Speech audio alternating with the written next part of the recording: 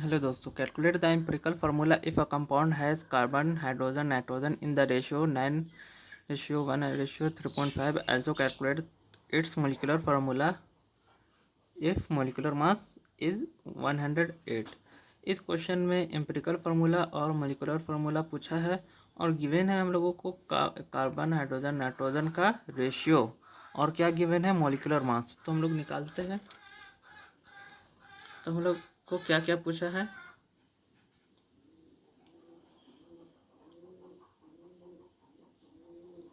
Empirical formula पूछा है,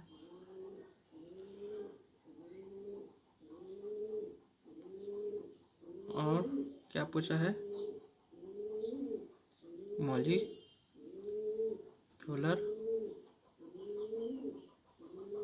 formula. ये दोनों हम लोग से क्वेश्चन में पूछा गया है. देखिए यहाँ पर एम्पिरिकल फार्मूला और मॉलिक्यूलर फार्मूला पूछा है. गिवन क्या है, गिवन है कार्बन, हाइड्रोजन, नाइट्रोजन. कार्बन का कितना है रेशियो में 9, हाइड्रोजन का कितना है 1 है, और नाइट्रोजन का 3.5 है.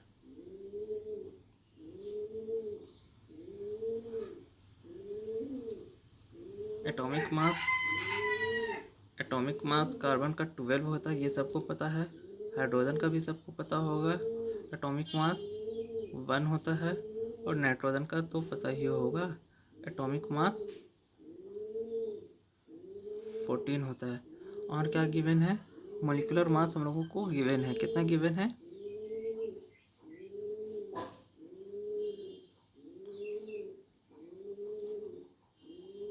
मोलिकुलर मास कितना गिवन है 108. ठीक है.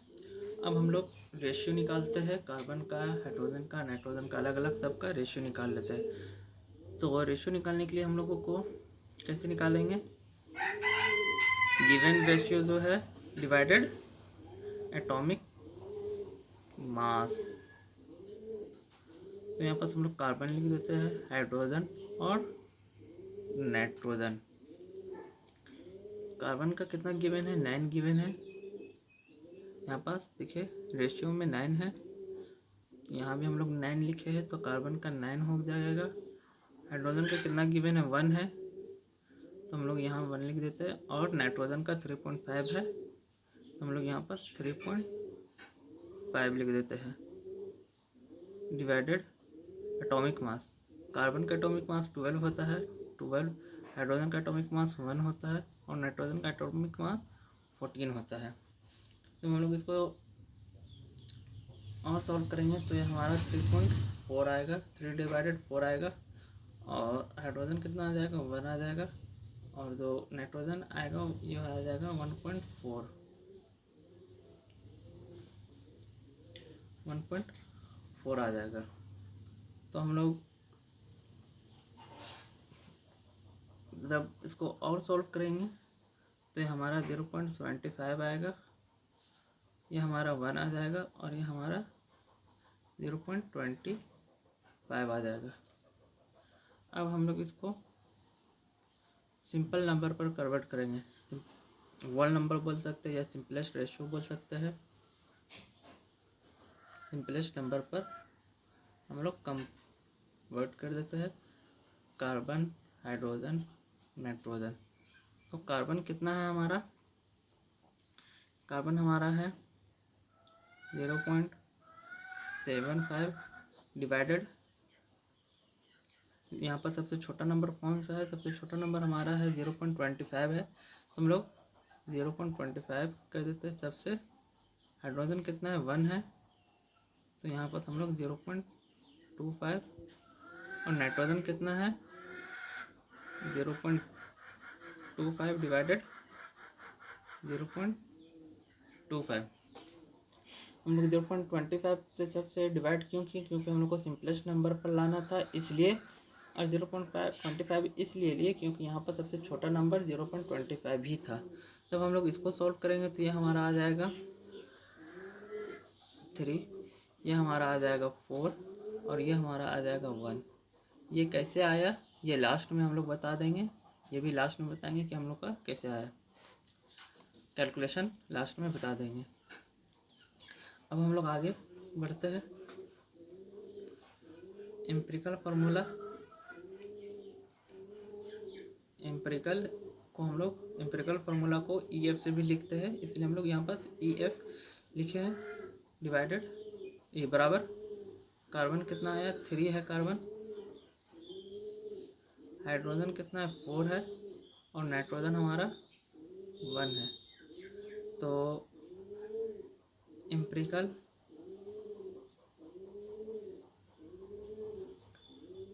मास, ये फार्मूला था, एम्पिरिकल फार्मूला था। एम्पिरिकल मास कितना हो जाएगा, कार्बन का 12 multiply 3, hydrogen 1 multiply 4, plus nitrogen का कितना होता है 14 मल्टीप्लाई 1। जब हम लोग इसको सॉल्व करेंगे तो हमारा आ जाएगा 54। अब हम लोग को ये हमारा एम्पिरिकल मास आ गया। क्वेश्चन में ये भी बोला था ना एम्पिरिकल फार्मूला निकालने के लिए, कैलकुलेट एम्पिरिकल फार्मूला हम लोग को। तो एम्पिरिकल फार्मूला हम लोगों का कितना आ गया था, ये हमारा एम्पिरिकल फार्मूला ये निकल के आया था। अब हम लोग को निकालना है मॉलिक्यूलर मास, ये मॉलिक्यूलर फार्मूला जो कि पूछा भी है, कैलकुलेट मॉलिक्यूलर फार्मूला। हम लोग को मॉलिक्यूलर फार्मूला निकालना है तो उसके लिए क्या करना होगा, हम लोग को multiplication factor n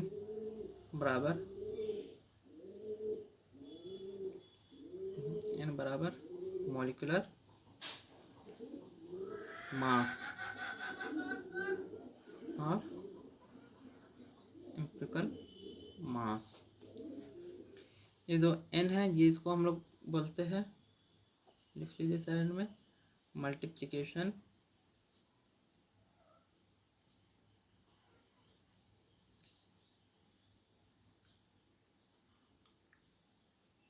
factor. n को हम लोग मल्टीप्लिकेशन फैक्टर बोलते हैं, m को मॉलिक्यूलर मास और em को एम्पिरिकल मास। तो मॉलिक्यूलर मास कितना गिवन है, मॉलिक्यूलर मास mm कितना गिवन है, मॉलिक्यूलर मास 108। तो हम लोग यहाँ पर मॉलिक्यूलर मास 108 लिख देते हैं। और एम्पिरिकल मास कितना हम लोगों का निकल के आया 54 आया, तो हम लोग 54 यहाँ पर लिख देते हैं। तो मल्टीप्लिकेशन फैक्टर जो हमारा निकल के आया, जो n निकल के आया, ये हमारा कितना निकल के आया 2 आएगा। डिवाइडेड करेंगे 54 को, 108 को डिवाइडेड 54 करेंगे तो ये हमारा 2 आ जाएगा। अब जो हम लोग से पूछा है मॉलिक्यूलर फार्मूला, इसका निकालने के लिए हम लोग किस स्टेप पर निकालते हैं,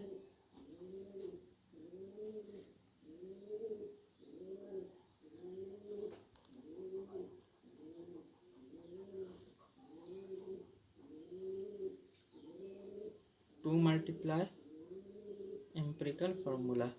तो 2 मल्टीप्लाई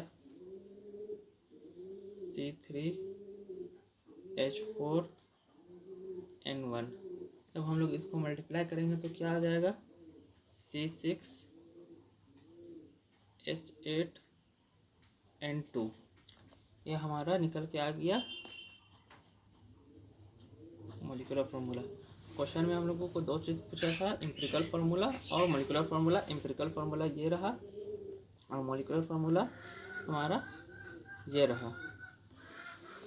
क्वेश्चन में ये सब गिवन था, रेशियो निकाले। अब हम लोग देख लेते हैं, यहाँ पास हम लोग 3 कैसे लिख दिए, डायरेक्ट 4 कैसे लिख दिए। अगर इतना आप लोगों को समझ में आ गया तो कंप्लीट हो गया, यही हमारा दोनों आंसर हो गया। एम्पिरिकल फार्मूला पूछा तो एम्पिरिकल फार्मूला, मॉलिक्यूलर फार्मूला दोनों आंसर निकल गया। अब हम लोग देख लेते हैं जिसको यहाँ पर समझ में नहीं आया कि 0.75 कैसे हम लोग लिख दिए, 0.25 कैसे लिख दिए, या फिर यहाँ पास कैसे किए। तो इसको हम लोग सॉल्व करके दिखा देते हैं कि ये 3 कैसे आया, 4 कैसे आया, 1 कैसे आया।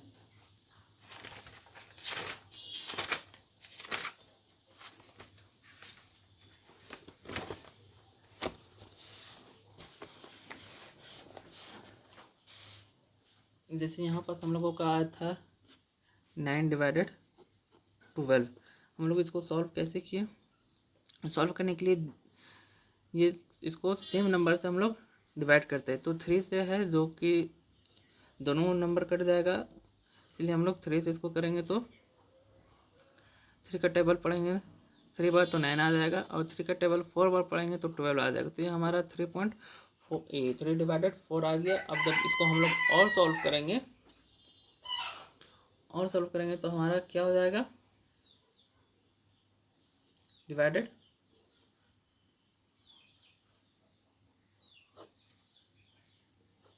4/3। तो ये एक बार में नहीं जाएगा, तो 0 30 हो जाएगा। और क्या हो जाएगा? 7 बार में जाएगा, 7 चौके 28।